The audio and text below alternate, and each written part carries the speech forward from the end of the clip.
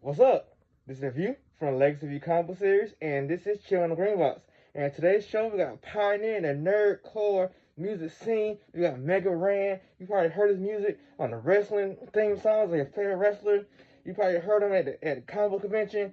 You probably heard him even at, back in the day doing the game conventions, because, he was a pioneer, brought him on stage, the first to ever do it. We got him here today on the show. Sit back, listen, like, subscribe, share, all that good stuff. Let's go. All right, welcome back to the hood. This is Chill on the Green Box with Specks, Thompson, and the View. And today we got a special guest. He's the first guest of his kind I had on my show. So I'm very interested in having him on. I got Mega Ran on today.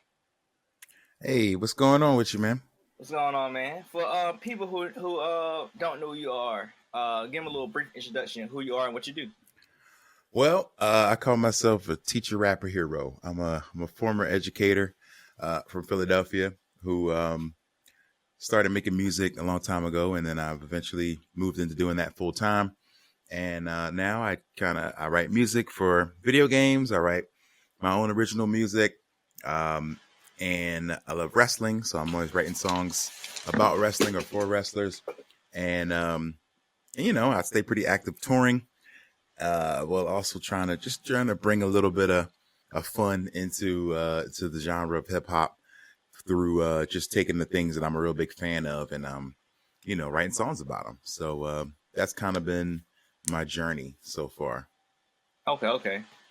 I might have one more guest from Philadelphia. I'm not quite sure, but up there in Philadelphia, I did have. Matter of fact, I did have one. So up there in Philly, do y'all have the electrical green boxes there in front of neighborhoods? Like the green, I call it the green box. Yes. Okay. So is that where the green box came from? Yeah. Chilling on the green box. So that's the concept of the show. So did y'all chill by the green box or on the green box growing up? No, we didn't. But I remember seeing them. I definitely remember seeing the big electrical green boxes. Okay. I was going to ask you. So where did that chilling on the green box come from? Yeah. Okay. So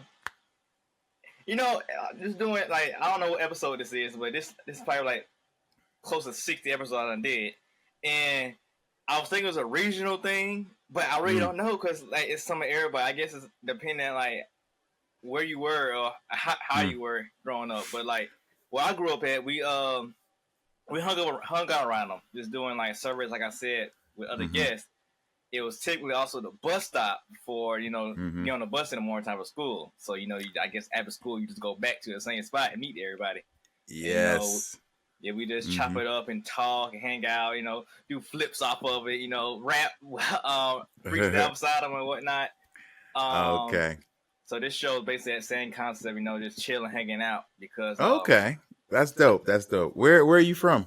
I'm from Georgia. From Augusta, Georgia. Okay, nice. All right. Yeah. I do remember seeing the green boxes, mostly in the suburbs when we would go see our aunts and aunties and whatnot, and we would see them out there. And so I definitely know exactly what you're talking about. All right. But yeah, because I decided to do that concept because I've been on a lot of podcasts. I get up, you listen to them or watch them, and it'd be somebody on there for 2 hours straight, talking about their project or whatever. You never find a reason why to support them or even why to care. So I developed my show so you know more about the person, so you get a reason to support them and follow them along besides whatever they're promoting at the time. Okay, I like that. All right, so my show is based off of four different segments based around that whole concept. And my first segment is called Breaking It Down because around that green box, you broke ideas, concepts down, as well as other things. So I'm going to break your brain down with a couple icebreaker questions so people know more about you. So, speaking of video games, one question. Are you a console or PC guy? Well, I've been a console guy my whole life until the pandemic, I think people kept trying to tell me about Steam and oh man, it's a better bang for the buck if you got a good PC. And I never really had a good PC. And then I got partnered with AMD, shout out to AMD Red Team. And and they were nice enough to hook me up a PC, like a gaming PC. And so once they did that, I was like, oh, well, now I can play games on my PC. So basically, I would just get whatever the most like taxing game was just so I could test it and be like, is it going to work on this PC? So then I start pulling new games out, and they're like, oh, this game, you got to try this Star Wars game, this Tomb Raider game, this whatever, all the first person shooters and stuff.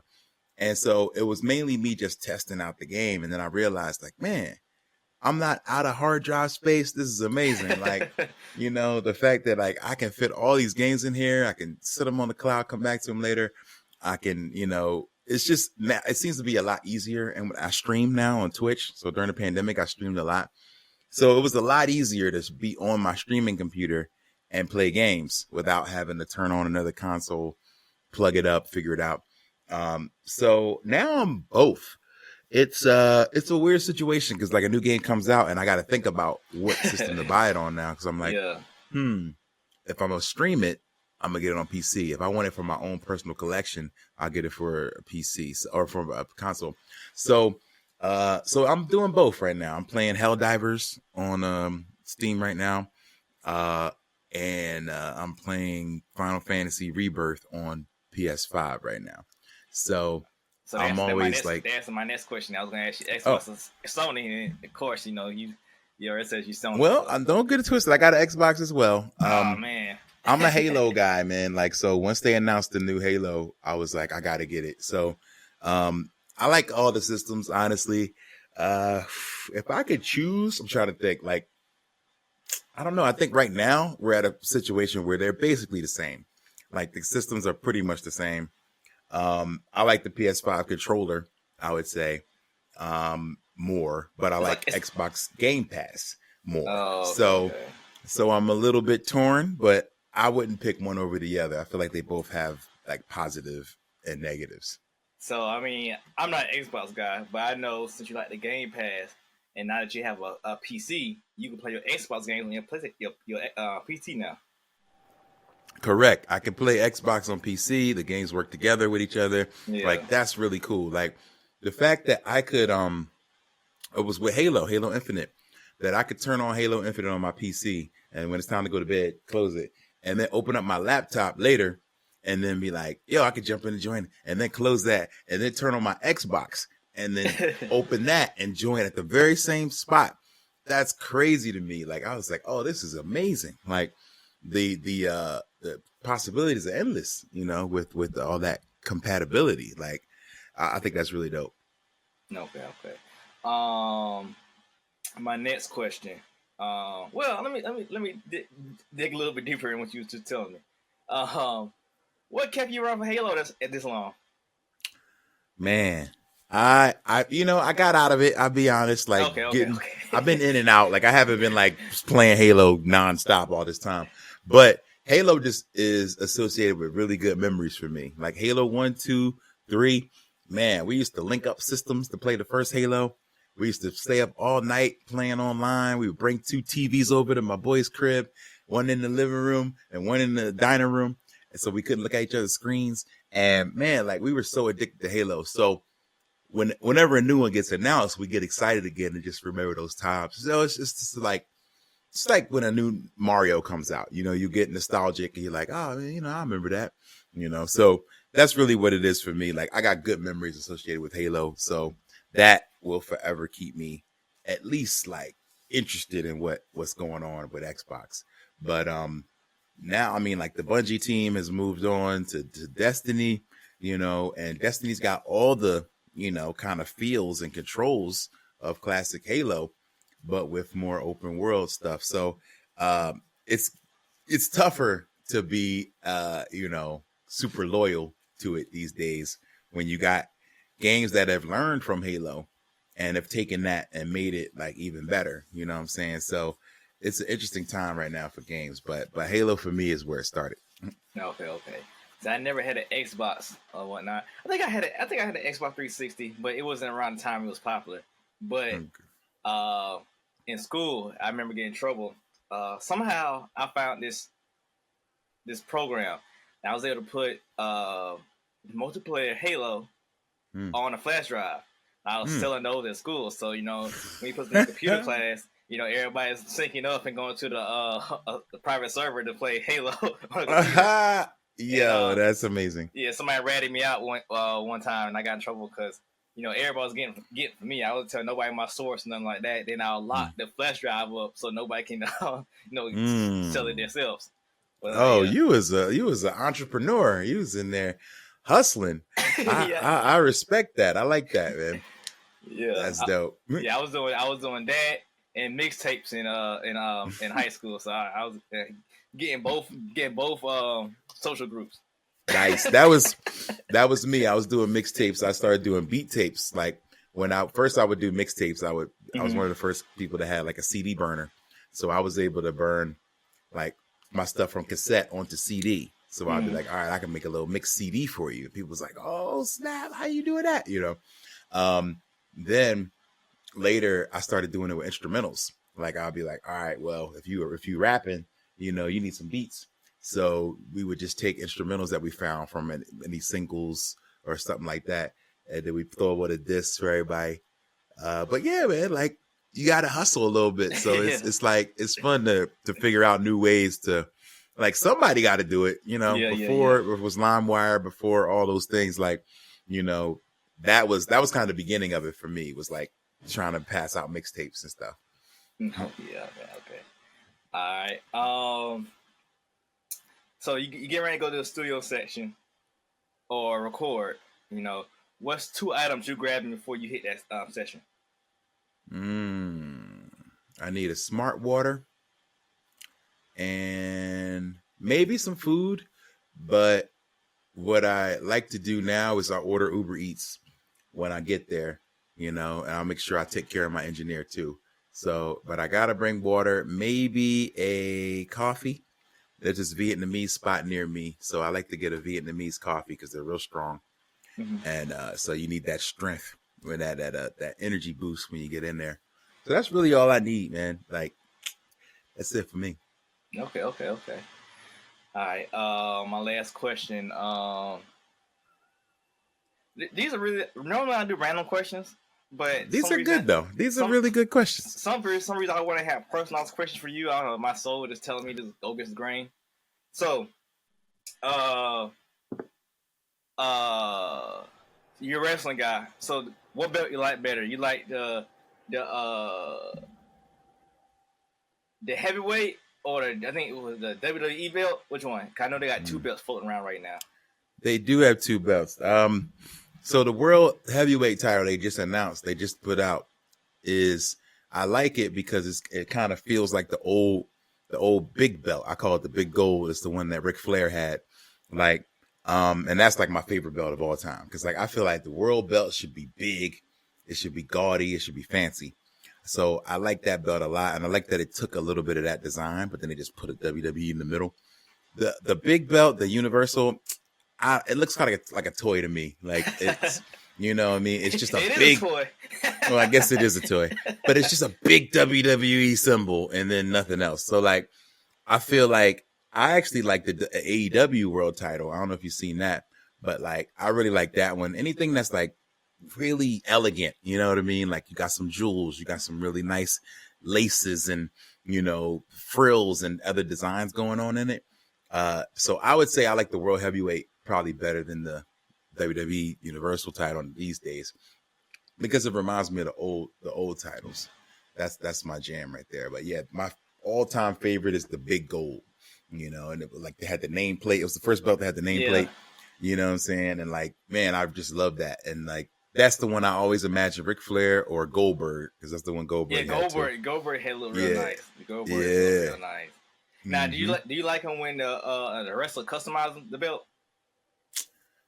Sometimes, but not really. I will say, I didn't like when John Cena did the spinner belt and all that. I was like, this is again, like I don't think belts should look like toys. You know what I mean? Like I feel like it should resemble you being a champion, like not something you can. What NWO belt?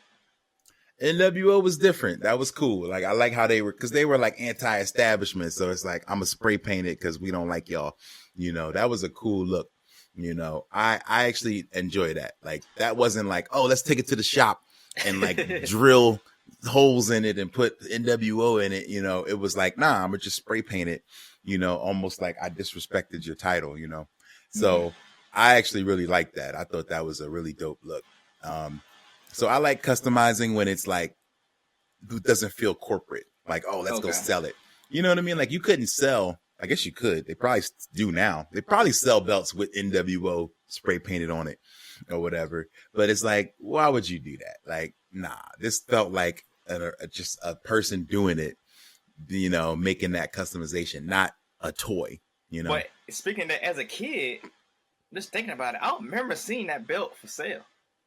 No, I don't think they did that, because I remember reading an interview with one of them with Kevin Nash, and he kept saying like, no, like they kept being like, we want to sell the stuff y'all doing. We want to sell the belt. We want to sell this. And he was like, no, this is supposed to be real. Like, we don't like y'all. You know what I mean? Like, there's no way you should be selling it on your merch shop if we disrespect y'all all the time. You know what I mean? Like, it's supposed to feel real. So he's like, no, it really got to feel like we're separated from WCW. Like NWO does not like WCW. Now, if you go onto the WCW store and see NWO merch, it makes it look like we're working together. But they were very intentional to try to make it look like we are not working with y'all. Like we don't like y'all. You know what I'm saying? So it's interesting. I always wanted the Wolfpack shirt. And like you said, man, you couldn't buy it. So like my friends told me it took a while. You had to go to the arena to actually get one. Yeah, you had to go to the arena. You had to get bootlegs. Like a lot of that stuff there. Like, the Wolfpack was cool. The red, that was probably my favorite. Like I love Sting, and so I think that was the thing. They were like, yeah, they did it too sweet. Sting when he started wearing the red paint was cool. Yeah. Oh man, that was a good time. I just got a picture with Sting. He had the red paint on. I was at a convention. He was signing, and I was like, man, I got to do this. And so I spent. I don't know. I don't even remember what I spent, but I spent a lot of money just to get a picture with Sting, but I ain't care. I ain't care. It was like, nah, man, this is my guy. Like, I had to do it because I was like, who knows when you're going to see this guy again? Like, why not? I think I spent like $75 or something. It was crazy. Ain't too bad. I heard worse. But yeah, no regrets though. I don't regret it. Yeah, I heard worse. But yeah, that's the end of that segment. Hopefully everybody got a good feel about who you are and what you like. Okay. We're going to my next segment. It's called the back issues. And in comics, you want to know about somebody's origin story, you read their back issues. So if you want to know about Frank Castle's origin story, you read his back issues. So for this segment, we can go into your back issues, find out more about your origin story. So with that being said, where are you from and what do you call your hood? I'm from Philadelphia. We grew up on a street called Woodstock, so we called it the Stock for short, But where I'm from is Northwest Philadelphia. It's an area called West Oak Lane. We thought West Oak Lane was kind of a weak sounding name, so we would come up with another name for it. So we called it Uptown because it was kind of up top, up ahead of a lot of the city. It was like the start of one of the big streets, Broad Street, that goes all the way through the city. It would start near us. So we'd be like, yeah, we up top. So we started calling it Uptown. And that became the name of our hood for forever. It still is now. Like people still call it Uptown. Oh, so you're OG now. Yeah, I guess we OGs now. I go back and it's like, oh head, like it's funny. But yeah, I'm from Philadelphia. People think I'm from North Philly. I'm not quite. People think it's West Philly, but it's not quite. But it's a little area in between, and we call it Uptown. How different is that North and West Philly? Very different. North Philly is, a lot of people consider it to be like a rough area. It's where the Young Guns came from who else? Petey Crack and a few other folks were in North Philly. West Philly is like where Jazzy Jeff and the Fresh Prince were from. A few other folks who came up in the rap game. But West Philly is like far out, like from North Philly. So it's a place that I didn't really get to visit much growing up. But it's also where all our universities are. University of Penn, University of Drexel, all our colleges except for Temple, which is in North Philly. So they're very two different parts of town, and it's weird when you're in a big city like that. People consider it to be almost a different world. You know what I mean? Like it's a different a different state, even though it's 20 minutes on the train. You know, but people who live up north don't go out west. People who live out west don't go up north. They just don't bother because there's a different lifestyle, you know, a different way of living, different way of moving, like different. It's just different customs. Like it's really weird, but it's like when you're in a big city, it gets sectioned, and everybody kind of has their own way of doing things. So you kind of stay where you are because you don't really know the customs of another area, you know. Right. I've been to Philadelphia. I don't know. As of right now, I don't know. I gotta look it up where I was at. But they was doing a dirt bike thing there. Do you know? Oh yeah. You know? Do you know where I was at? Or not quite. If I say that. No, they do that everywhere now. But it could have been South Philly. South Philly is where that started. That was Meek Mill and his homies are from there, and a lot of them were doing the dirt bike thing down there. But now I was just there for WrestleMania like a month ago, and people were downtown doing it, like in Center City. So, but once they started ripping down the street, vroom, then cops came right after them. Yeah, I was at a studio. I think it was leaving the studio or waiting for some food to pull up or something. For some reason, we was out the door. I don't know why. But we heard the bikes way down the street, like, oh, here come the bike before we went to actually see it. So they came down. 3 seconds later, the spotlight from a helicopter come flying right behind me. That's how it goes. Now it's like a part of it. It's like a cat and mouse chase. Like you're gonna get chased when you do it, and that's kind of the rush of doing it. So they just be like, all right, y'all, we're gonna meet up here, and we just gonna rip. And then next thing you know, woo, cops are gonna come, and then everybody has a plan of maybe like we're gonna split up, we're gonna go this way, you know. But it's very much a part of it now where they've created like a dirt bike task force to really try to stop people from doing this. So, what's the charge? These bikes are not street legal. Like they're dirt bikes. They're not supposed to be on like city streets. You know, you're supposed to ride them out in the mountains and in the dirt somewhere. Like they're not city bikes at all. So okay. You could ride an actual motorcycle in the streets, but these aren't motorcycles. You know what I mean? They're dirt bikes. They're 4-wheelers, ATVs. So they're off-road vehicles. They call them off-road. So yeah, ATV, yeah. So yeah, you're not actually supposed to be on a road with an off-road vehicle. Okay. So it's like driving a tank down the street or something. It's like, well, you're not really supposed to do that. Like, you know, so I don't know. It ain't damaging anything, you know, and if you're abiding by the rules, but I think like they don't have the amount of protection, I guess, that they supposed to have. Or the helmet. They don't have and license for insurance. They're not wearing helmets. I don't think you need a license to do them. So there's like, there's a lot of like. Oh, you do need a license. Do you? Well, I don't know about up there, but down here. So like the scooter, I went to court. Some guy, he got in trouble for driving the scooter without a helmet and license, but he actually got hit by a car, and he got in trouble for not.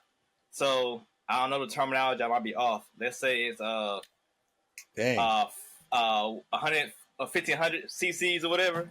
Okay. So you need a license for that. But they also sell scooters that are 1499 cc's. So you don't have to have a license. Yeah. So they got a little loophole. Yeah. Okay. Yeah. So that's funny. I learned that in court. I was like, man, he's riding a scooter and he still got a ticket for no license. He got hit too, so it's like insult to injury. Like, dang, you got hit. Yeah, he was a plaintiff. And you get sued. Yeah. Wow, that's messed up. Like, sorry you got hit, but shouldn't have been out there. Yeah. Dang. But it's crazy because we got the slingshots I see on the road. I mean, I kind of stay in the hood area of my town right now, but like a couple of these boys, they done got about 5-6 dirt bikes, and they've been practicing how to wheelie them and stuff in the streets and stuff like that. So, I think it depends on the cop. You know, cops say, "Man, let me get my quota up. Let me go ahead." You know. Yeah, like I don't even think it's safe to be chasing these guys. Like, you know, then they wind up getting into a crash or something. You running a light, you trying to get away. Like it becomes less safe, you know, to even chase them down.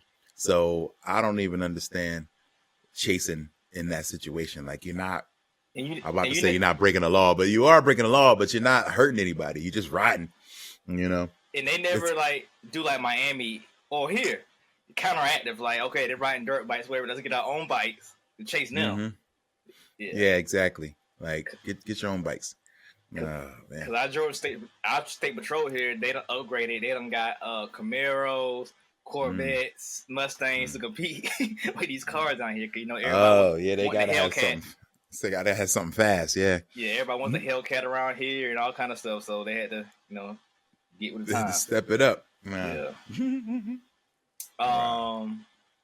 So of course you're a music lover and whatnot.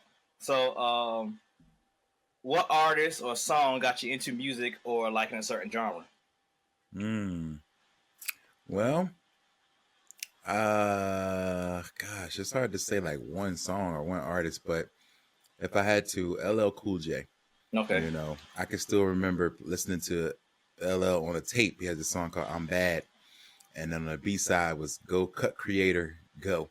And it was a song where he was shouting out his DJ. And he wrote the whole song about like how his DJ was the dopest DJ. I remember that song. I don't remember that song, but I heard that song. You heard it? Okay. Yeah. I thought it was really cool. Like, and then he had another song, I Need Love, which like sounded completely different. It was a whole different vibe. He was talking about needing love. One song was I'm the baddest and I'll, take a muscle bound man and put his face in the sand. And then it was the next one. I mean, yeah. And then the next one is him being very kind, loving, talking about he needs love. So to be able to be that kind of like versatile, I thought was super dope. Like, and to be believable in both.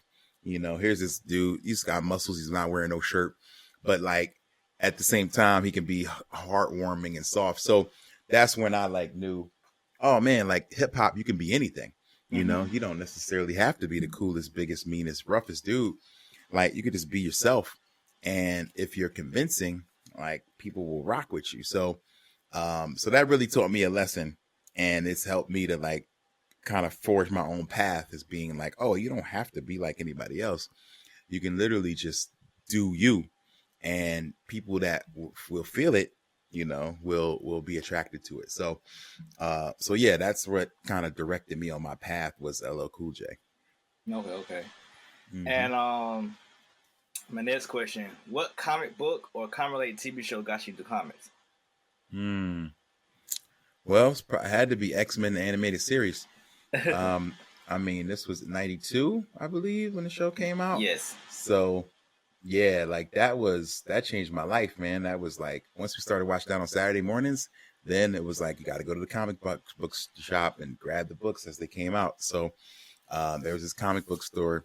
We had to catch a bus to it. It's about an hour bus ride out into the suburbs. And there's this comic shop called Cave. And we would go there every week and be like, take our allowance money. And we'd all grab a bunch of comic books, and then we'd make some trades and read each other's books. But yes, it was X-Men, the animated series, which got me into X-Men. From there, X-Men got real popular. And I'm always like, oh, if something's super popular, I'm not always the guy that's into it. So it made me kind of fall back. But X-Men had all those spinoffs. So there was X Factor, there was X Force, New Mutants, there was all these other things. So I got attracted to those books because everybody else was into X-Men. I was like, oh, well, I like X Factor, and X Force. And, you hipster. Yeah, I was trying to be different, So, I was an early hipster. And, like, yeah, because I was just like, everybody keeps talking about Wolverine. Like, okay, man, I get it. But it's other characters too, man. Like, what y'all know about Havoc and, Strong Guy and all these other people. So, yeah, it made me start reading other books. Nobody ever mentions Strong Guy, man. Why you mentioning him? Nobody talks about Strong Guy. Like, I don't know why they keep putting him in the show. Like nobody. They put him in the show. Like man. Like I mean, now like the new episodes, they keep putting him in there. Like they keep showing him. Like I mean, he's a big dude. I don't know, but yeah, nobody talks about Strong Guy. Like don't nobody care about him. He's not in the Cocoa Age at all. No, he's not. I don't know why though, but they won't let you forget about him. He keep popping up. Yeah. Hey, do you read the current comics? No, I'm not caught up on the current comics. I haven't read the new ones in a while. Oh well. I haven't read a lot of new Marvel at all. I read a lot of like Image and some other stuff, but I have not gotten into Marvel in a minute. Well, Cold Age, they brought everybody back. Everybody's all kumbaya and whatever. Mm. And they have it's called a Green Lagoon. It's like a little bar hangout spot. Mm. And they have the Blob as the bartender. Okay. And just bringing up the Strong Guy. I feel like the Strong Guy would have been like a good bartender worker with the with Blob because definitely they should have used Strong Guy for that. I mean it's a Cold Age over now, but like Okay, that definitely brought me back into not comics in general, but like X-Men in general, because like X-Men was kind of rough, but yeah. But Jonathan Hickman, I like him as a writer. So when I heard he's on the X-Men and I read it, then like the whole concept, and I enjoyed. I'm trying to finish it now. Okay. But I guess have somebody would want an entry point the X-Men. That would be a good spot because he brings everybody back, and every time they bring somebody back, you get introduction and callbacks and stuff like. It's like, okay. So like Maverick. Okay.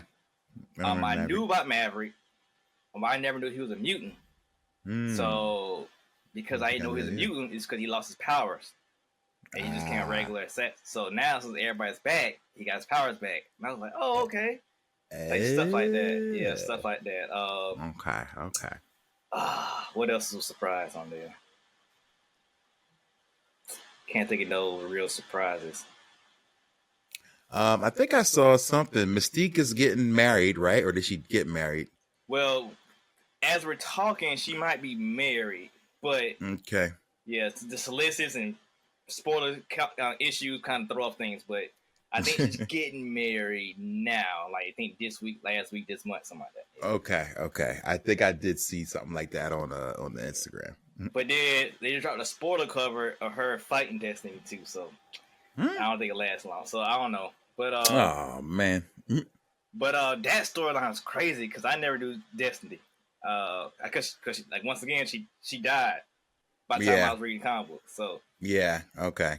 So when they brought her back, that's when you learned about her. Yeah, that and the Morgan McTaggart, all that stuff. Like they did a good job. To me, they did a good job with the storyline. Like bringing back old stuff and old characters, bringing back fresh stuff like that. Like who was Matt the fake Jean Grey just slipped my mind. Her name just slipped my mind. Madeline. Yeah. Bring her back. Stuff like that. Okay. Have you watched the X-Men '97 show? I have. What do you think of it? It's dope. On a show that I sit there and listen to the intro without skipping it. Oh yeah, you can't. I don't trust nobody that skips that intro. You can't skip it. One, it's a great song, of course, but like they change something almost every episode. So you're like, oh, who they gonna put in this one, and what's gonna happen now? They're kind of they hint to what's gonna happen, sort of, with the intro. So it's like it's a must to watch it. So are you an anime fan? A little bit. I am into anime a little. I try to stay kind of caught up on what's happening right now in anime, but I'm all over the place, so I'll jump into something and then maybe I don't have enough time to really finish something. So I'm only looking for very short shows. So if you know any short shows, not Naruto, not One Piece, but any short, like limited run series, those are the ones that I would get into. Okay. Yeah. I mean, I barely have time, I catch up. So I used to be like, I want to read, I want to listen to the sub version, all that. I used to be that guy, but now I'm running out of time. Put a dub on, I don't have to do no extra work. I can hear him talking when I walk out of the room. Still understand what's going on. Exactly. Like I'm too busy to be reading that closely. yeah. But I was gonna say, One Piece. They call it the One Piece spoiler intro. Apparently, when you watch One Piece, the intro spoils what's going on. So wow. So you just can't watch it? You want to, but I think X-Men took a page out of that book with their intros because I mean, if you read the stories, you know what's going on. But like, if you look intros, you be like, oh man, they put Apocalypse in this intro, so he must be in the show us. Or they changed this up. They have Bishop fighting so and so now, but he wasn't in their last intro. So so that they got that from One Piece. Okay. Yeah, so that's what's going on there. Yeah. Some of the stuff still hasn't really shown itself yet. So you're like, well, maybe eventually it's gonna happen, or maybe it's even for next season. I don't know, but I like how when a new person comes in, that person gets like a title card like right away. Like Nightcrawler. Now he got a logo. And then it's like, oh, all right, that was quick. Yeah, that's cool. And the crazy part, they haven't get Forge one yet. That's the crazy part. You know what? Somebody else was saying that too. Like, what's up with Forge? Like, did they? I think Forge might be out of there, man, because he's got to feel pretty bad for putting sending Cable on to the future, and then so maybe there's a situation that's gonna happen where they're mad at Forge or something. But see, it's been so long since I watched the original shows. Was Forge from the future or the present? He was from the future. So that Forge you watching, that's one from the future. Now that I don't really know. He was from the future, but he went back and forth a lot in the old series. Okay. But I don't remember when it ended where he was though. Because I do not remember. What got me was he was talking to Storm, I believe, and he was like, he's an old friend of Xavier. But I was like, they never met. Like, what's going on? And apparently, him and Storm never met in the old series. And I was like, Really? Oh, now that I don't know. I'm gonna have to look into that. Yeah, I'm not sure. I do an X-Men podcast, so we're gonna have to talk about this. Okay. And y'all talked about how did Bishop really lose for Cable, or did Bishop just get rid of Cable? We didn't talk about that yet, but I don't know. What do you think? I don't know, man. I listened to the podcast. I think it was Blurred Out Fear. I don't know who I listened to, but they say it's thing about Bishop. Just not show wise, but Bishop character in general. How much information is he holding back? Yeah, I feel like Bishop and Forge got information. You know what I'm saying? That's going to eventually get exposed. Yeah, and Forge, if anything, he's got a ton of knowledge on basically the major plot device of the entire series. At least this season. So I don't know. Forge got some explaining to do. Like, we need to sit him down. But Bishop also, I think both of them have some secrets that are going to come out for sure. One point they brought up was how a civil war happened, and they asked him Bishop, like, why you tell us about it? He's like, oh, I don't know. It's the information's messed up. Oh, come on, dude! You're from the future. Like, you need to be telling us. Then, as soon as Hope Summers popped up, he goes trying to kidnap her and kill her. But you remember that, right? Yeah, but you remember that, but you didn't remember Civil War going down. Yeah, that's suspect. That is very suspect. I wonder if that's just convenient, for the storylines that they're just trying to, shoehorn stuff in that it makes sense. Like, you got a guy on the team from the future. Nothing should surprise you then. Like, absolutely nothing. There should be no surprises. He should be like, "Hey, yo, they come in in about 45 seconds, like according to what happened in my timeline, So, but they try to. I think it was in like the first or second episode. They set you up for that. They take that out by him saying the future is not a blank slate. I mean, it's not already written. It keeps changing. He's like, everything keeps changing. He's like, every little decision you make, what time you wake up in the morning, what you look at somewhere, what you eat for breakfast, that has a ripple effect. So the future is not a plain piece of paper that's already written. Like, it's constantly updating. They do that to get you out of it. Yeah. See, my idea is that he knows about Cable. He been knew about Cable, and he know who Cable is. So when they got in the time stream, he was like, So you either can be Strife or you can be Ocelot. So I'm just gonna get rid of you right now. Yeah, I'm just let's not take chances there. Let's two different villains he could be right there. Right.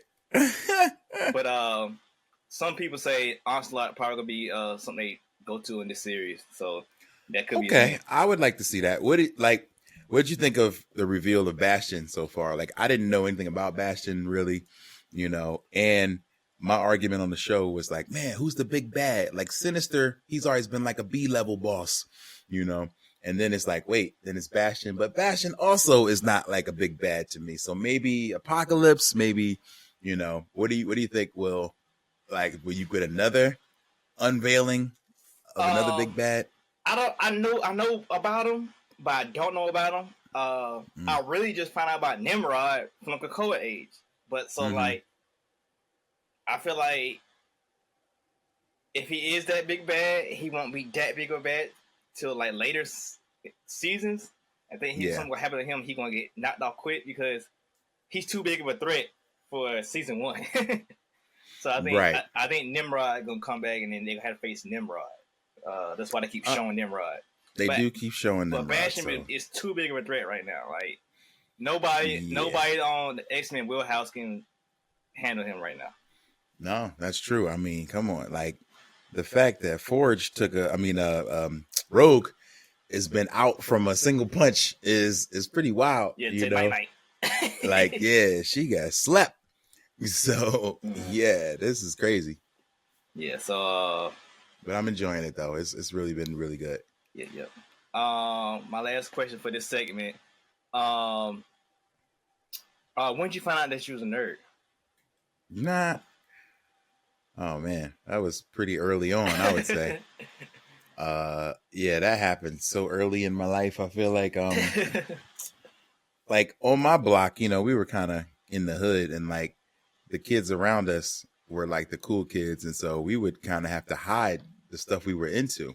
And I think that's when we knew, like when you was into video games or comic books or whatever, you'd have to hide them from the bully of the neighborhood, because they would find them and beat you up over them or rip them up or something, But later in life, when we started playing video games heavy, we started figuring out secrets and stuff. And then the older kids or the bully kids would ask us for help on the video game. Like, oh man, I'm trying to beat Mike Tyson. Help us do that, or what's the code to get through this, And so he called us the video nerds on the block, and this is the 80s when, nerd wasn't necessarily a good thing. And so we just kind of embraced it. It was like 4 or 5 of us, and at least we had each other. And if we didn't, then it might have been real tough, but we knew that we were all into the comic books, the games, the cartoons, just technology and tinkering and things like that. And so we had each other to encourage us, but the bullies for sure were like, nah, man, like if I see you with all that stuff, it's going to be a problem.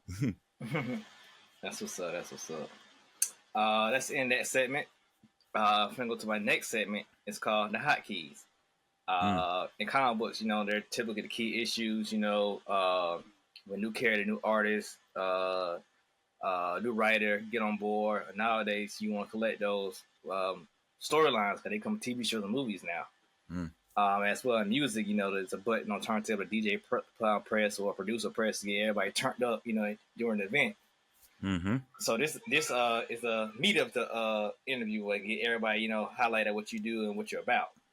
Okay. So with that being said, first, what got you rapping? Well, it was kind of the same thing with like video games and comics. Like we sat around one summer, all my friends, and we got a hold of some beats. I don't know if there's like an instrumental tape somewhere. And we were just like, man, let's just everybody write a rap. Everybody just write. And so we all sat on the stoop, just writing, trying to figure it out. So for me, the stoop was my green box. Yeah, we would find, it was like if we had an abandoned house, because like we have row houses. So every house is stuck together. And so, but nobody wanted us on their step, so we would have to find a house that was abandoned, like nobody lived there. And we would chill on that stoop. And that's the stoop we could chill on, play, go get our Chinese food, and we bring it right there and eat and talk. and write raps and bring our little boom box out and stuff. And so my boy Zane, he had the boom box, and he was like, yo, let's all write a rap. And so we all did. We sat down, me, 4 buddies, and we were nerds. So we were writing raps about The same using 5 our kids. like, yeah, we was like writing raps about like just being smarter than everybody else, you know, or like just using big words, using our words from vocabulary in the song, you know what I mean? Like that kind of thing. And so my rap was pretty whack, you know what I'm saying? And I remember even in that first rap, I made like a reference to like Street Fighter or something like that. I mean, I was like Hadouken and Sonic Boom when I'm on my tune or something like that. And they was like, oh man, that was kind of cool, you know, like taking those things that we're already into, like games like Street Fighter. We put so much money in at the laundromat. So but that just encouraged me to keep going, because they were all so much better than me. Like they were flipping the rhymes and just like the vocabulary, the lyrics. And I was like, man, I got to keep practicing. So that was me every day, just writing something new. I'd be like, yo, I got a new rap. Listen to my new rap. And they'd be like, dang, man, all right. Like another one, you know, like I wrote a new one like every day. And I was just trying to be as good as my homies. And like now, fast forward, like none of them do it anymore. You know, it was just something for fun. But they encouraged me. I was just trying to be as good as them, like to have something cool to share, you know, without them saying like, oh, that's whack, bro. That's whack, you know. And nobody wanted to be the weak member of the group. So you just got to step it up. But that was it for me. It was like, again, comic books was such a big part of it. So we were like, all right, now we got to come up with our code names and our, you know, and this and that. And so even for me, my first rap name was Random, you know, and which was a guy who was in X Factor. He was one of the enemies or whatever. And I haven't seen him in a long time, but I'm not sure if you're familiar, but Random was a guy who was like, he's like all white, and he had like a do-rag and sunglasses, and like he would change his hand to like a gun or whatever, and like he could transform. And so I was like, that's kind of what I want to be. I want to be a guy who could transform with my raps, you know? And so I called myself Random.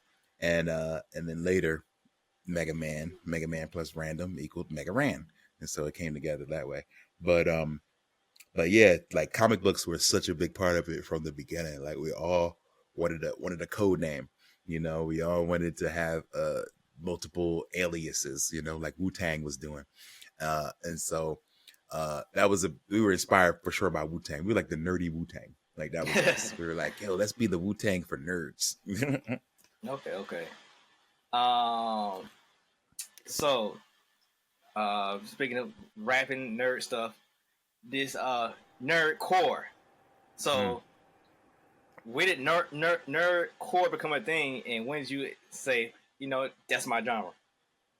Man, apparently a guy named MC Frontalot created the word in early aughts. So early 2004, 5 maybe. He was writing songs calling them nerdcore hip hop. And I started I maybe found him around 2010 or 11. And I was just Googling like where to find music like me, like video game hip hop. Like I started searching for it, and like nobody had really done it. But I found one album. It's by this rapper named YT Cracker. And he made an album called the NES, Nerd Rap Entertainment System. And he was rapping over Nintendo beats. And it was like the coolest thing I'd ever heard. I was like, oh my God, this is so dope. He sampled the beats and flipped them and made something cool happen. I was like, I'm going to do something like that, but I'm going to call this album Mega Ran. So it's like if I grew up one day or if I had a dream and woke up and I was Mega Man, what would I rap about? And that sounded ridiculous, but I started working on it. And next thing you know, we had this whole album where, you know, a lot of people seemed to dig it, where I was rapping about Mega Man and using Mega Man samples. But I was really scared that Capcom was going to find it and sue me, you know, because I was like, man, I don't know if I'm supposed to be doing this. And it actually was just the opposite. Like Capcom found it and they were like, man, we actually really love this. Like, how would you like to let us interview you for Capcom's website? And I was like, what? Are you sure? Like, is this a trap? Like, I just kept thinking, like, what is going on here?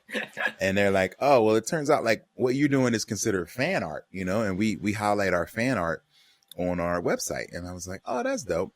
And then they were like, hey, we got a Comic-Con coming up. We'd love for you to come. This was 2007, 8. And they were like, come out. People love this on the internet. It was going like low key viral.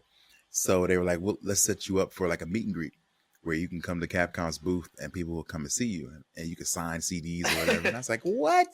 This is crazy. Like, I certainly didn't expect that to happen from what I was doing. It was just me just trying to be creative. And yeah, that was it, man. That's how it came to me. Okay. Just look, just like I said off camera. Now I looked you up, and like you got a pretty extensive Wikipedia page, and and just by your Wikipedia page, after that Capcom things happened, that what you just talked about never stopped. You kept getting picked up by different things, right? Yes. Yeah. It's been a very fortunate but crazy ride. You know what I'm saying? Like being able to play Comic Cons all over the world, like to go to all these different places to rap for video games. Like that's really been the absolute, like the best part of it. And the goal that like I didn't really set because I didn't think that it was possible. Mm-hmm. So it's not like, oh, I'm thinking I can make rap music for video games, because rap music wasn't in video games really like that, unless it was GTA or something. So, but yeah, like just being able to do this, like Capcom was like, oh man, we're making another game, so you should make another song. And I was like, okay, I'll make another song. And then I'll make another one and another one. And then another company was like, oh, well, maybe you could write a song for us. And I'm like, yeah. And then another one. Fast forward, Mortal Kombat, Teenage Mutant Ninja Turtles, like so many other games that I've been able to write songs for. So it's just been an amazing journey, man. Like, I can't even explain it because this wasn't really what I set out to do. I was just like, let me just do it because it felt like it would please me. You know what I mean? As a fan, I was like, it would be dope if somebody took all the stuff we loved and wrote dope raps about them. You know what I mean? And so that was me. I was like, well, I guess if ain't nobody else gonna do it, let me try it. And yeah, man. So from there, it just kept going. But I thought Capcom was gonna like shut me down. I thought it was grand opening, grand closing. Like they about to sue me, dog. But they were like, we actually think this is cool, and that's how I got here. So, how's your journey different from a traditional rapper? Well, I think because I came up kind of when the internet came up, you know what I mean? So it's really been important to be like online, and so realizing that I love playing live shows, and that's where I started, like freestyling, open mics and stuff. But then I moved to Phoenix, where I didn't really know what was happening in the live show tip, but I had a pretty active social media page where I was out creating content that people would react to. So that created an online following that has carried me, you know what I'm saying? And so when you could put something out into the world that can, touch different areas and different people, those people can prop you up and support you and take you all around the world. So that's really what's happened. And it's been very different because most rappers might start off, you playing an open mic, you get a manager, you get a person that gets you a record deal, you get a record deal, you go put out an album, you go tour, But with me, it's been all DIY. Like I've been making my own beats or working with other people to make my beats and just taking it all within my hands. Like I'll do a live show, but it'll just be me and a laptop. I'll just play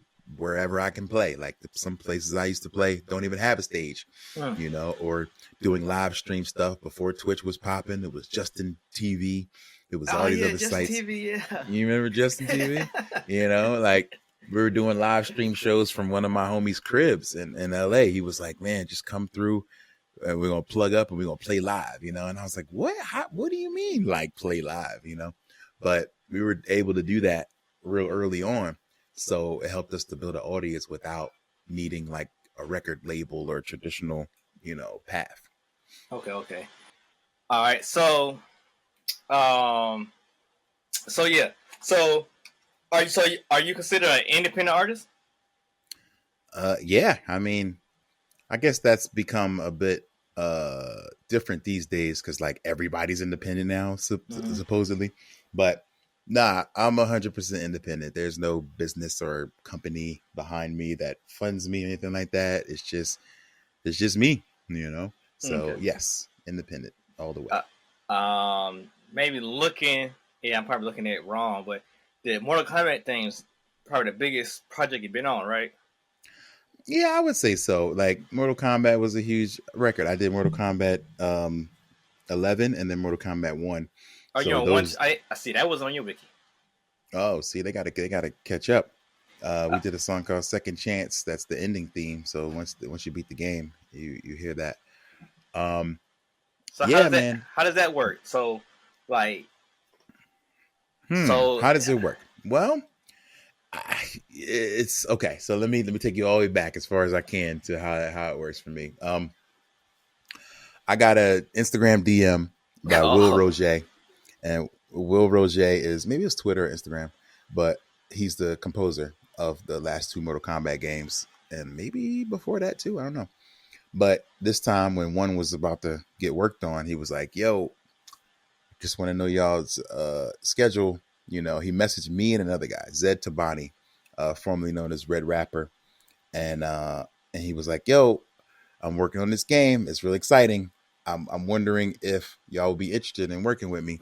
And I was like, "Yep, absolutely," because I already know, like he's that guy. Like he did Helldivers recently.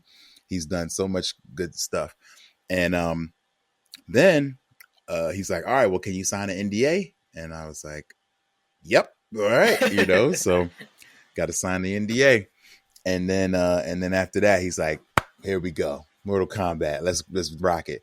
And I'm like, "All right, absolutely." So he sends me a beat, and he's like, "Well, maybe we can make this the ending credits theme or whatever. Like that would be cool." And he gives us a loose idea about what the story is of the game. And it was a little confusing because it's like a lot of time travel and stuff like that, and hmm people working together that weren't working together, and this person's the bad guy now, and this person's the good guy now. So we started writing songs, like, and he's like, "All right, well, that's cool, but I don't know if it's quite on topic." So he had me kind of rearrange my writing a bit, and then we finally got a song together, and he was like, "All right, man, this is really good. So we're gonna take this into post production. We're gonna send it to the crew, send it to Ed Boon and everybody, see what they think." And then he's like, "Man, I heard back from the team. They all love this song. They want to make it the end credits theme." And I'm like, "What?" Um, but there was one issue. I guess Zed had a line in it where he referenced Sonic Fox, um, who's like a fighting game FGC guy, and but I believe, I'm sorry, Sonic Fox is non-binary. So they had a really controversial, run where Sonic Fox tends to get into arguments online a lot, and they were like, the Mortal Kombat team's like, maybe we shouldn't mention a controversial player. So that sent the song all the way back to the drawing board. That's like, they're like, Oh, well, and then they came back like, maybe we don't need lyrics. Like, maybe we don't need rapping on this song. And we're like, no, what you mean? What you mean? We'll change it. There's no problem. We could change, anything can be changed. And it was starting to look bleak. They were like, we don't know, man. Like we might not, we might just be instrumental for the end of the game. And it's like, no, no, no, no, no, no. Like, what you talking about? And they were, and I don't want to, like, I don't know who made that decision or almost made that decision, but to me, it's one of those, it scares me a lot, like how many people like hip hop but don't like hip hop. You know what I mean? oh, So you know that already. yeah, and especially in the gaming world, a lot of them be like, "Man, yeah, I love Drake," and then like when it comes to like hip hop and their own stuff, they'll be like, "Sorry," you know. But anyway, and so I thought we were going to get a situation where they were just going to take it all out, like, and it was really close. And then, but Will had to like fight for it, like, "Yo, man, these guys are dope. Like, the song is good. Y'all loved it, right? Didn't you say you loved it? You loved it. You loved it. You loved it. All right, well then we should use it." And they had to like go back to a vote and then decide if they were going to use it. And then eventually he came back to me like, "Good news, guys. Like, I had to fight. It took a couple weeks, but the song's going to be in the game." And we're like, "Phew, oh my gosh." So it almost didn't make it, and Could just that due be? to Could that be why it took the 21 Savage song out of the game? maybe, Because it, when I first, I don't know if it's one. No, couldn't have been one. Number 11 came out. You know, when I first saw the trailer, that was 21 Savage song for the trailer. Mm-hmm. It Then was. all of a sudden, it's gone. It's It was just some gone. other song. Yeah. Yeah, man. It can be a little. I don't know if it was an original song or maybe it was a song they only licensed for that, like for the trailer. I believe I'm it. not. I don't think it's on the album. I think it's just a single he put out. I don't think, So maybe it was just something he did for them, just for the trailer. So sometimes they'll do that. They'll just buy a song just for the trailer, but not for the actual game. And like that's what I wanted. I was like, to me, it almost doesn't mean as much if it's not in the game. Yeah. Like it's cool to write a song about the game, but to be able to say, hey, when you turn this game on, you're gonna hear me is like a really great thing to say. And like it's a great feeling, especially I've been playing Mortal Kombat since the very first one. Like, so it's such a like bucket list moment to be like a part of that universe. So I'm really glad, man. The 11 song we did was like that super last minute. I was on tour. Mm-hmm. I was in Atlanta. I actually recorded it in Atlanta because I had to call my homie J Live and was like, yo, I need access to a studio like tonight. And he's like, well, I'm moving. I got one in my house, but I'm literally moving. So I packed up everything. And but I was like, all I need is a laptop and a mic, man. If you could just take it out the box and help me record. And he was like, all right, man, like let's do it. And so he did. I went to his house and his house was empty. And he let me set up on his little table and I recorded the verse for 11 like in Atlanta. And it was like a last minute I had to do it. And it came out really dope.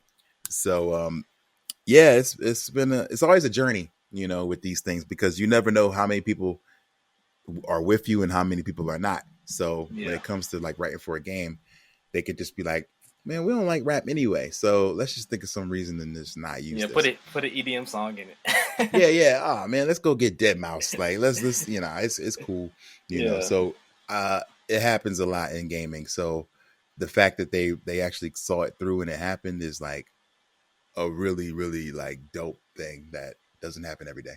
Then came back to back. And back to back, I think the fact that they hired him again, he was like, all right, well, if y'all liked what I did, then I'm gonna bring back the team, which makes a lot of sense. It was the same with 3 of y'all, 4 of y'all again? Yeah. We did the same crew of people. There was A Rival, Super Square, Zed, and me. Yeah, same crew. I think they added Zed for one, but on 11 it was me, A Rival, his wife Helen did the vocals, so she's also on the next one, and then Will, who did the beat. Yeah, so the same basic nucleus of the crew. I'm trying to find. I know how to find your song. Let me go backwards. But okay. So how is it playing a game and hear your own song come up? Man, I was streaming live. I was, sometimes I don't ever believe it. So I always Twitch stream my own stuff, or I got played through it just to see if it's going to actually happen. And that's really what it was for me. Like, I didn't believe it till I heard it, like it wasn't, I never believe these things because I'm always expecting like that call we almost got where they're like, sorry, man, last minute change. It ain't happening.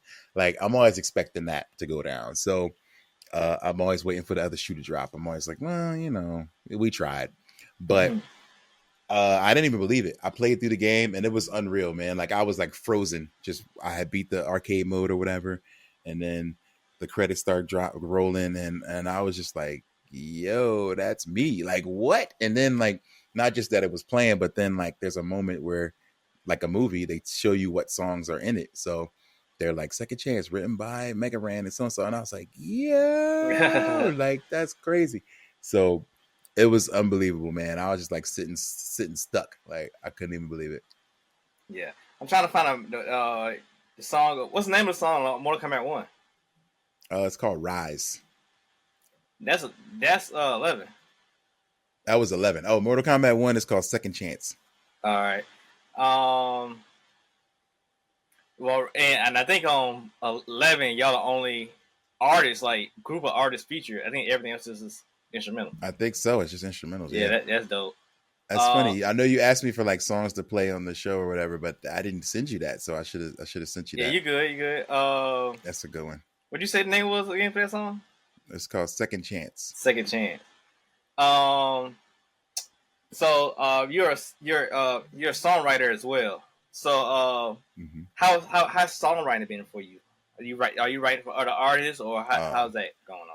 Yeah, I like to write for other artists. Like sometimes if there's like a thing I can't quite hit, or maybe this doesn't quite work for me, but being able to meet and know other great musicians that can be like, hey, maybe y'all can work with this, and being collaborative about the approach. I think songwriting, more so than rapping, is much more of a team effort, especially for me, because it's harder to keep memories like melodies in my head. Sometimes I'll just lose them. I'll be like, man, I forgot how I sang that. How did I do that? So I have to like record myself on like a voice note just to kind of keep the vibe. But if it's a note I can't hit or something, I'm just like, I think that's a sign of a good songwriter, when you can realize like, all right, this song could be best served or best used with somebody else. And so finding out how to, and that's part of being a producer too. It's just like finding the best person for the job. Like you could do a J. Cole and be like, I'm gonna do no features and no producers, just me. But you could also be like, you know what, I sound really good with this person, or this person sounds really good on my production. This person sounds good when they work with this person. And so bringing them together can make a better product overall a lot of times. Okay. And you gotta get with them Mortal Kombat people, because it was really, really hard finding them albums on Apple Music. Really? On Apple Music, it was hard to find? Yeah, it's like extremely hard to find. Like for me to, so if I type in Mortal Kombat or Mortal Kombat soundtrack, I get the movies. It's like straight up the movies, nothing else. Like point blank period. So like for the 11th one, I had to go to the song you sent me, click on album, and go to the album to get to it. And then for the Mortal Kombat 1, I had to type in your whole name and the song for it to come up. That's crazy. Because what I did was I typed in, and it's because it's the last song on the project. Yeah. I just typed in Mortal Kombat 1, and then you look under albums, and it's original video game soundtrack. See, I type in Mortal Kombat, and I get Mortal Kombat 1. You got to put in Mortal Kombat 1. I get straight. Let me see. I'll put that big old 1 in there. Let's see what I get. Okay. See, I try to be more, arcade with it. I just put a Mortal Kombat soundtrack, so I get like a list of all of them. But got you. That's probably why I mess up it. But yeah, it comes up eventually. But there's so much Mortal Kombat music. There's the Mortal Kombat motion pictures. There's the old ones. There's people who just name their songs Mortal Kombat. Like there's a lot of competition, so they have to put original video game soundtrack. Yeah. And we're the last song on that, which is, I guess, track 31 or whatever. But yes, it's been extremely popular on Apple Music. I get it's one of the ones that they say it gets more, what are they called? Shazams, I guess, than like anything that because it's not just background music. It's actually people rapping. They be like, oh, who's this? And Hey, right. Siri. They want to be like, wait, who is that? Yeah. So yeah, there's a few times where that's happened. It's by far, even on the original one, Rise, the same. It's like, these are your most Shazammed songs for sure. Okay. You say you do work for wrestlers too as well, right? Yes. So any notable songs or wrestlers you don't work for? Yeah, I wrote a song for Xavier Woods for his King of the Ring theme, which they used last year for a little bit.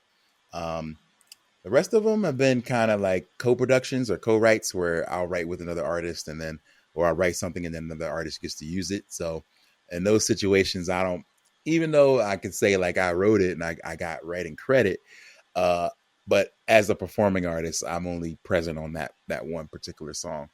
But I've written songs for AEW and Ring of Honor and others where they've maybe wanted a top song for a new song to intro a pay-per-view.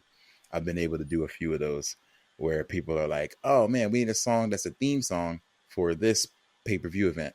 So can you write a song like this? So I've become really tight with a couple of wrestlers and wrestling companies where whenever they need something, they hit me up. AEW did a Black History project, and they had me and a few other artists write songs about artists that came out. I guess it was last year, or maybe the year before that. Yeah.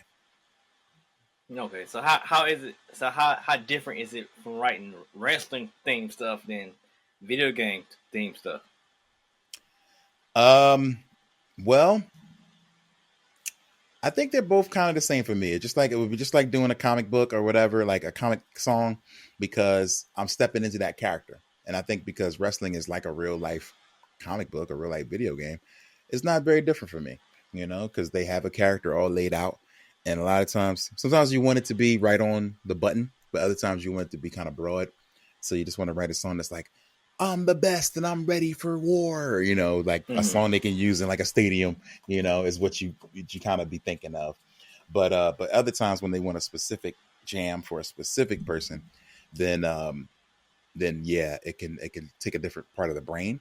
But I really enjoy it either way. Like I think it's super fun to write records like that where you get to step into a new character. It's just like a lot of people get on this like, oh man, like what do they say? They're like, oh, nerdcore isn't really like real rap. Like nerd rap, you just rapping about something that already exists or whatever. You rapping about a character that you're not. And it's like, that's exactly what gangster rap is. You know what I'm saying? And for a lot of these people, they're writing about a character that they're not. And they're exactly, fronting sort of in a way, but maybe it's not called fronting, but in that way you kind of are. You're stepping into the guy you read about or watched on a movie. You write about Nino Brown, you're not necessarily writing about yourself. So yeah, it's definitely been that kind of like, that's funny to me, like where people will try to use that as like a diss to be like, you writing about somebody else that you're not. And it's like, so are you, bro. Yeah, I don't know if you're familiar with YB and Demir, but he got in trouble right at the height of his career or right at the beginning. They said he was writing raps talking about what he was doing on GTA. Yo, that's funny. Why would you get in trouble for that? I mean, just be honest. So the backstory for them, like the whole YBN clique, came from playing video games. So they met together playing video games and met in real life and said, "Hey, let's do a rap group too." But well, now he's a Crip. But YBN Demir was supposed to be a gangster disciple and supposed to do all be this gangster, this and third from Alabama. So when he rapping about all this gangster stuff he's doing. And I guess like somebody like, hey, that sounds like a mission I did with Franklin or something like that. So they start putting two together like, hey man, you rapping about stuff you doing on GTA.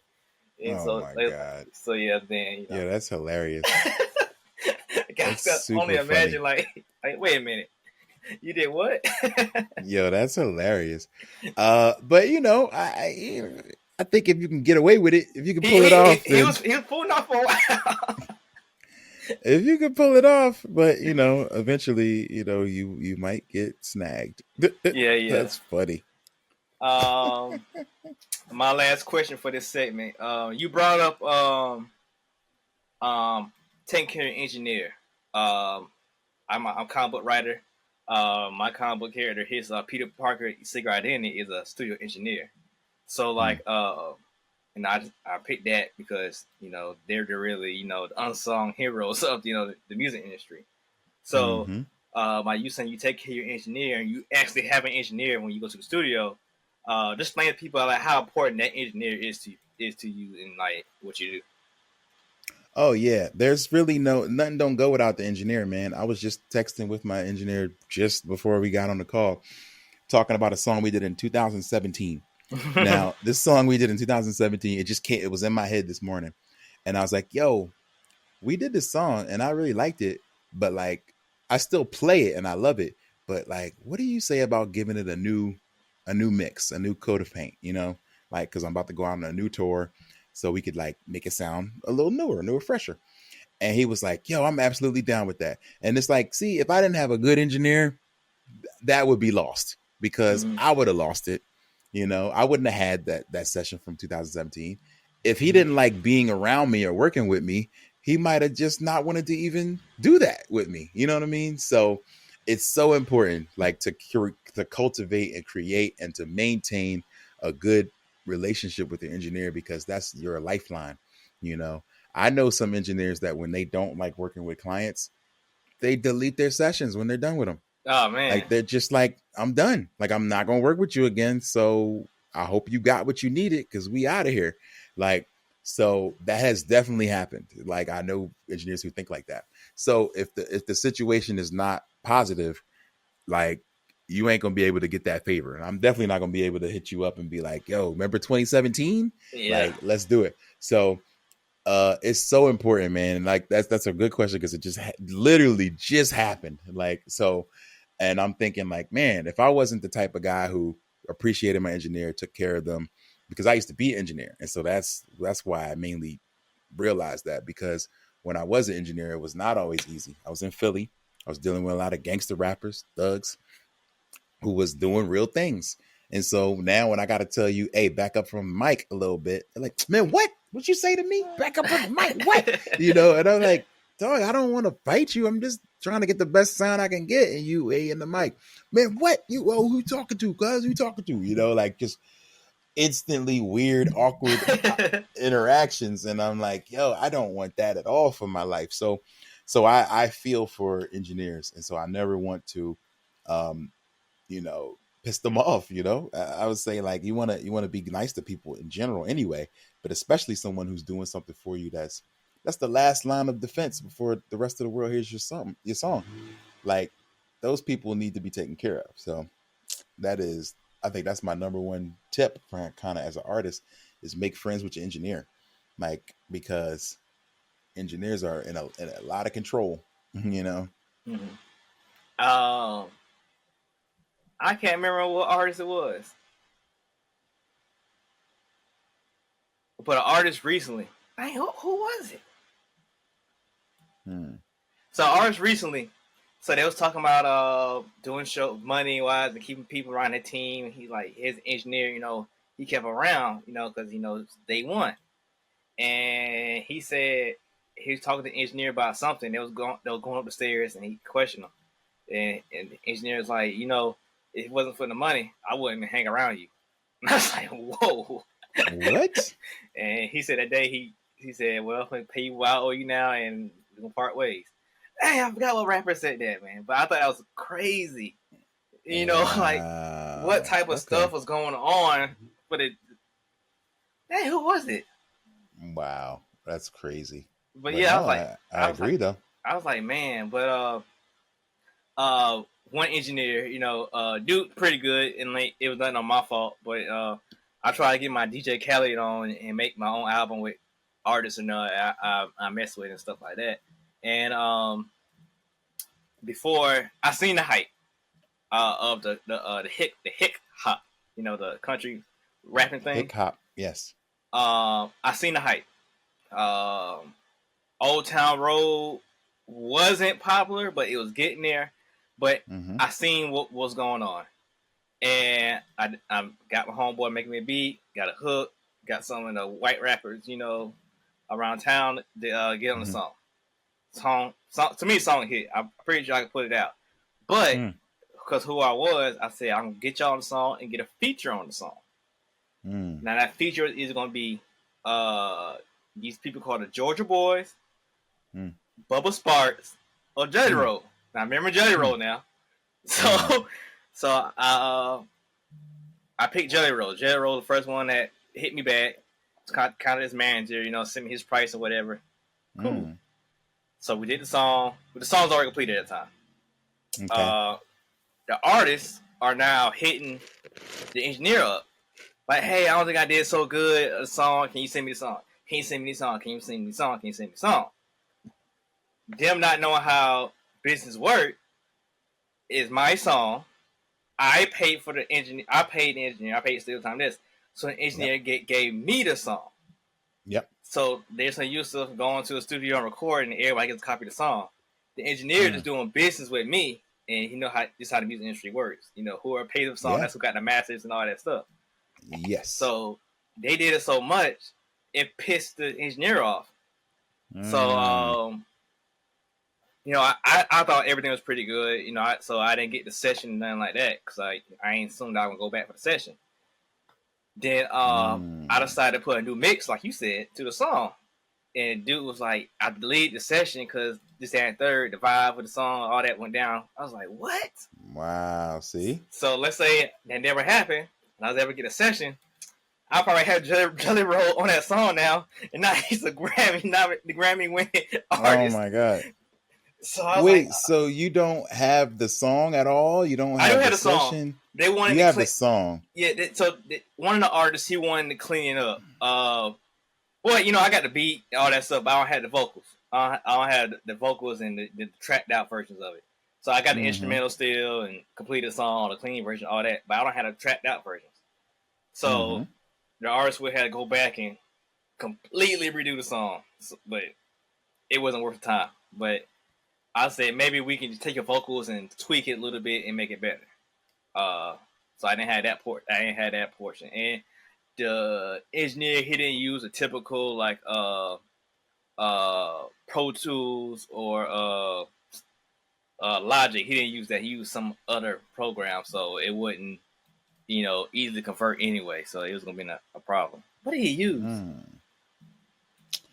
Oh my gosh! So yeah, that is terrible. So like that's wow. When that song I'm a long haired son of a sinner song came out, I was like, is that Jelly Roll? Oh man, he's on the radio. Then like 3 months later, he's getting nominated for awards. And I'm like, oh my God, like I could have had he's gone now. He's gone. I could have a verse with him, man. I think he was gonna charge me like $2,500 for the verse. Wow, it's probably 25,000 now. If he even doing features, I mean, yeah, he probably wouldn't even answer now at this point. But yeah, I was like, man, that's crazy. But it's not surprising, man. Like I've seen it, man. Like when somebody has a bad experience with you, they just don't want to work with you. And like sometimes, man, like my guy, he don't care at all. Like I don't care how big or popular a person is. I don't want to even say names, but he had an opportunity to record a huge artist. I mean, he's recorded some big cats. I don't want to name drop, but he had an opportunity come through where it was like, oh, X rapper is going to be in town for 2 days, and he wants to knock out features. He wants to work a 12-hour session, and he was like, "Whoa, 12-hour session!" And then he asked all his engineer friends who had worked with this artist before, and they're like, "Man, this dude is not fun to work with. He's not particularly respectful. He's going to give you a hard way to go. He don't write down any lyrics. So it's going to be real hard. You're going to be piecing everything together. He's not nice.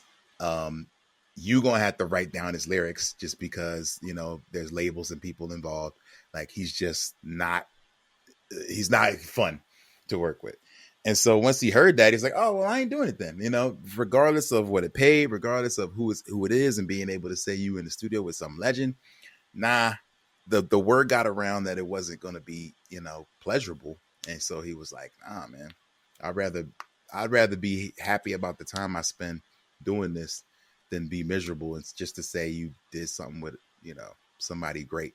So yeah, man, that can go a long way. Like, don't forget that people talk. And so if it's not a good experience, they're not going to want to have that experience with you. So, man, wow, what a story. Yeah. Oh, yeah. Talking about bad recording sessions, like popular female rapper from Detroit, whoever you want to think I'm talking about. I remember the engineer, like, just totally stressed out. Sent a verse down to the artist I was working with, and he literally had to piece together every point of her verse to fit on the beat of the song.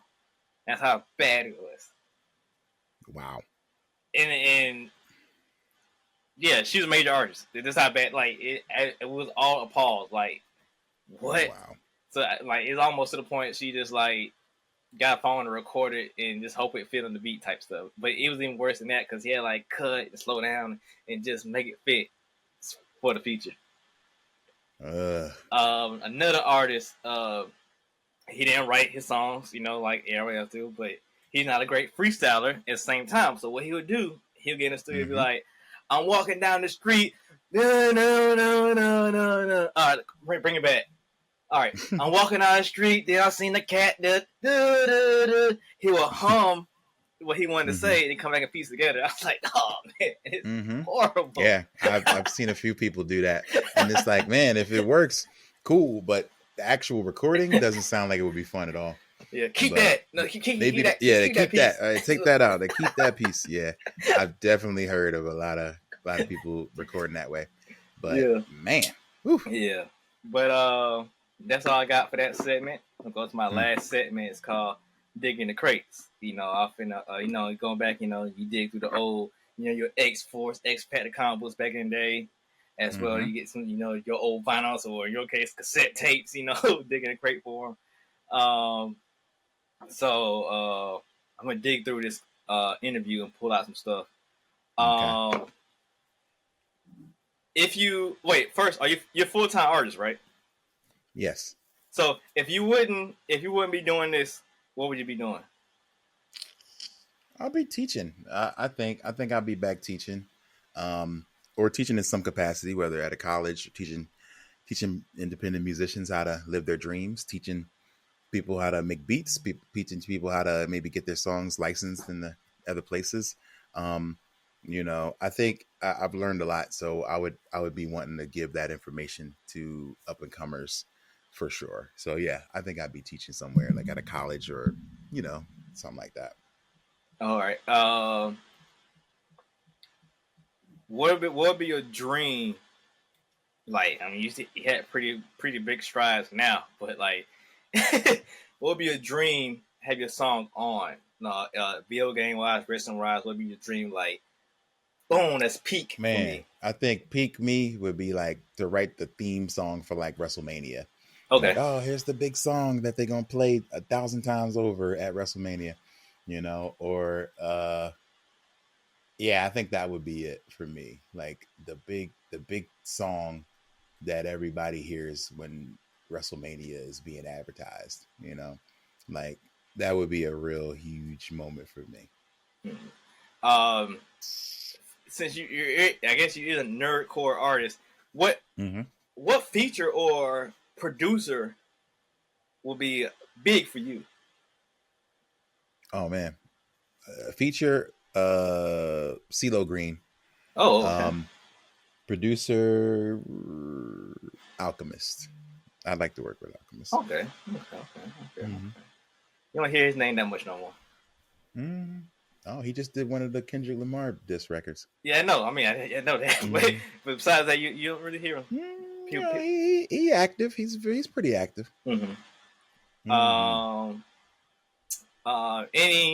Any advice you give up and coming songwriters? Yes. Make sure a piece of you is in the song. Like it doesn't have to be your story or your whatever, but but definitely draw from your own inspirations, your own experiences, and then take that someplace else. But never completely lose yourself in a song. Like you want to have a piece of you that remains in that piece that you write. Whether it's your accent or your vibe or your, like if you like to reference video games, like keep a piece of your personality in the songs that you write, and always make sure the song is about something. Like when I grew up, when I started off, we used to just write raps about nothing, and that is cool. I think there is a place for like freestyles or whatever, but like what's really gonna stand out and stick is a song about something. So keep that in mind. Cool. And anything people could be looking out for? Yeah, I got a tour coming up. I'm going to be in the South, actually. Not as far, not quite where you at Georgia, but I'll be in North Carolina. We're doing the East Coast tour in July, playing a couple of conventions, BlurredCon, Nerdcore Party Convention. Will you be out there in August?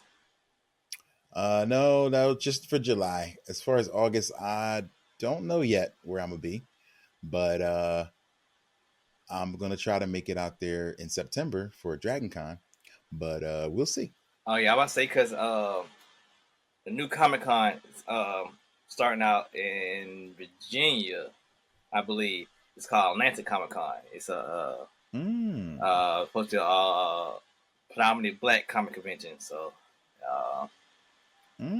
some big names are already on and whatnot. So personally, you might be interested. Okay. Yep. I tag you and I'll send it to you on Instagram. Yeah, please send it over to me. Speaking of Instagram, where can they follow you or listen to any of your tracks and whatnot? Oh, Instagram. I'm Instagram/mega_ran. That is me.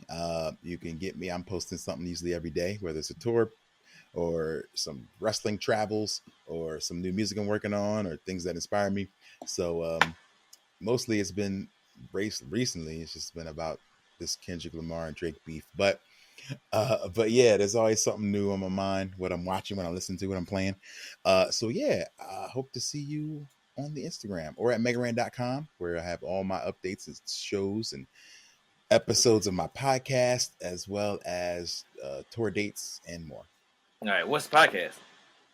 I do a podcast called X-Pod 97, where we talk about X-Men 97 constantly. The last episode 8, is out now. We just interviewed Guy Agustini, who plays Sunspot on the show. And so, yeah, you can get that. We do like short 30 to 40 minute chats about the show, about the particular episode. We kind of rate it and dig into where we think it's going to go next. And it's been a lot of fun. All right, cool. And once again, man, thanks for coming on, man. It's been fun. I'll be checking you out later. All right. All right. Thank you, man. Peace.